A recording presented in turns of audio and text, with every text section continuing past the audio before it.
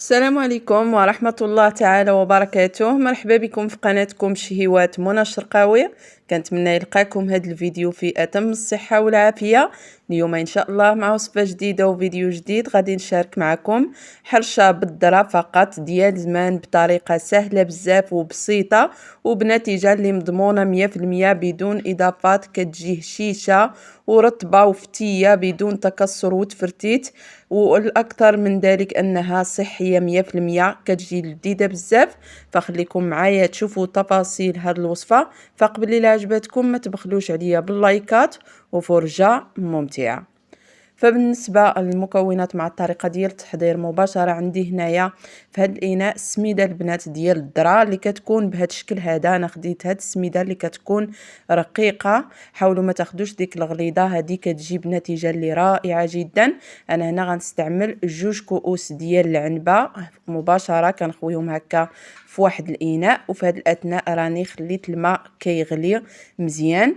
غادي نضيف لهم هنايا الملح اللي كتبقى دائما على حسب الذوق، وغادي نخلط واحد شويه على هذا الشكل. مباشرة هنايا غادي نجيب الماء اللي يكون غليان مزيان، غادي نبدا كنغطي هاد السميده ديال الذره على هاد الشكل هذا. نحاولوا اننا نخويو الكميه الكافيه اللي غادي تغطي لينا فقط هاد الذره، حاولوا انكم ما تكتروش بزاف. هنا غادي نغطي مباشره وغادي نخليها جانبا واحد المده ديال 10 دقائق ولا ربع ساعه، خصوصا دابا مع البرد راه دغيا غيدفى لينا الخليط، وغادي نكملوا باقي المراحل. فهنايا خديت كيف لاحظتوا معايا المقله اللي غنطيب فيها، فدهنتها هكا بواحد شويه ديال الزبده بطريقه اللي عاديه، ولا دهنوها بالزيت على حسب اللي بغيتو. وغادي نحاول انني نسمدها مزيان بهاد السميده اللي خدمت بها كذلك ديال الذره على هاد الشكل هذا. غنحاول نوزعها مزيان باش تجينا هكا حريشه ديالنا هكا مسمده، وكتجي حتى في المنظر زوينه. فهنا مباشره بعد ما غادي نسالي هاد المقله غادي نخليها جانبا، وغادي ناخذ الاناء اللي درنا فيه السميده ديال الذره. راه غتكون البنات تشربات في هاد الاثناء، كيف لاحظتوا معايا راهي صبحات لينا على هاد الشكل هذا، فراهي تشربت هذاك الماء كله. حاولوا ما ديروش الماء بزاف، ديروا غير الكميه اللي غتبان لكم غطات لكم هاد الذره من الفوق. فهنا مباشره غادي نضيف هاد الاثناء واحد الملعقه كبيره ديال العسل. ممكن ديروا العسل اللي يكون طبيعي الا كنتو كتبغيو شي حاجه اللي صحيه 100%، او تعوضوا بملعقه صغيره ديال السكر. هنا ضفت واحد الملعقه صغيره ديال خميره الخبز حبيبات، وواحد 4 كاس ديال زيت الزيتون اللي ممكن تعوضوه بالزيت النباتيه، غير هو زيت الزيتون كيكون صحي اكثر. هنا ضفت كيف لاحظتوا معايا واحد راس معلقه او نصف ملعقه صغيره خميره الحلويات اللي ممكن تستغناو عليها، تخليو فقط خميره الخبز حبيبات. فمباشره هنا غادي نضيفو كذلك كاس ديال العنبه ديال الدقيق ديال الذره، كيف لاحظتوا معايا كاس اللي كيكون عامر مزيان.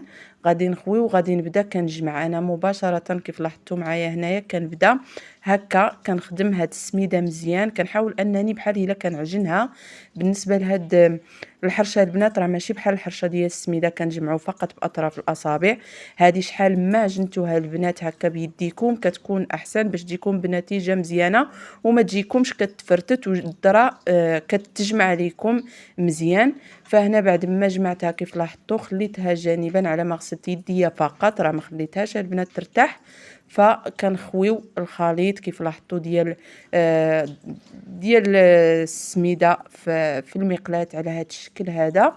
فكيف لاحظتوا معايا فاش كتخويو هكا كتلاحظوا بحال الا ما كيتقطعش بزاف او يتفرتت هاد الخليط ديال السميد، حيت السميده البنات ديال الذره دائما كتفرتت يعني بكل سهوله، والحرشه ما كتجيش هكا مجموعه. كنحاول انني نشرح لكم مزيان. فكيف لاحظتوا معايا هنايا غادي نبدا كنطلقها بهذا الشكل هكا، نعطيها الشكل ديال المقلاة طبعا، وغادي نحاول انني نسمد ليها الوجه ديالها بهذا الشكل هكا بنفس الطريقه بالسميده ديال الذره، او لا ممكن تسمدوها هكا غير بالسميده العاديه. فكيف لاحظتوا معايا طريقه اللي سهله بزاف وبسيطه، كنحاول نسويها مزيان بهذا الشكل وبهذه الطريقه. فهنا مباشره البنات غادي نقاد ليها هاد الجوانب كيف كتلاحظوا معايا بهاد اللعيبه هادي باش ما نخليش فيها هاد الاطراس ديال الاصابع. فبهاد الطريقه هادي مباشره غادي ناخذوا المقلاة غادي نوضعوها فوق نار اللي تكون متوسطه. نحاولوا اننا ما نجهدوش عليها بزاف، فقط نار متوسطه، وغادي نتقبوها هكا تقيبات اللي كيكونوا بهذا الشكل هكا بالكيغدو من الجوانب باش ما تطلعش لينا هاد الحرشه او لا تبوق لينا باش يجي الشكل ديالها مقاد. فهنايا ان فوا حسيت بها البنات بدات كتحرك في المقلاة فحيدتها مباشره ودهنت المقلاة كذلك بشويه ديال الزبده، وغادي نردها تحمر على الوجه الثاني. كيف كتلاحظوا معايا كتجي على هذا الشكل هكا محمره، كتجيب واحد اللون اللي زوين بزاف. خصوصا البنات الا درتو نار اللي مهيله او متوسطه غادي تحصلوا على نتيجه اللي تكون مزيانه، كتعطيوها وقتها في الطياب كتجيكم طايبه من الداخل. فبالنسبه لهاد الحرشه راه ماشي بحال الحرشه ديال السميد تماما اولا ديال الشعيره. البنات ضروري تعطيوها وقتها باش تجيكم طايبه من الداخل وفي نفس الوقت كتجيكم رطبه وهشيشه وفتيه. فكيف كتلاحظوا معايا عن قرب انا هنا غادي نقطعها لكم باش تشوفوا الشكل ديالها النهائي. راه ما كتفرتتش البنات تماما او تكسر، نتيجه اللي مضمونه 100%. كنتمنى انكم فعلا تجربوها لانها كتستحق فعلا تجربه. كيف لاحظتوا معايا كتجي رطبه، كنحاول انني نوريها لكم عن قرب، وكتجي فتيه وخفيفه وصحيه 100% بدون جلوتين البنات. خصوصا الناس اللي عندهم حساسيه كيتحصلوا على نتيجه اللي رائعه. وكيف لاحظتوا معايا ما درنا فيها لا حليب، يعني ماشي شي مكونات اللي غير متوفره في الدار، غير بالماء كتحصلوا على نتيجه مزيانه. فكنتمنى هذه الوصفه ديال اليوم تكون نالت الاعجاب ديالكم اكيد، وتشاركوها مع الحباب والاصدقاء.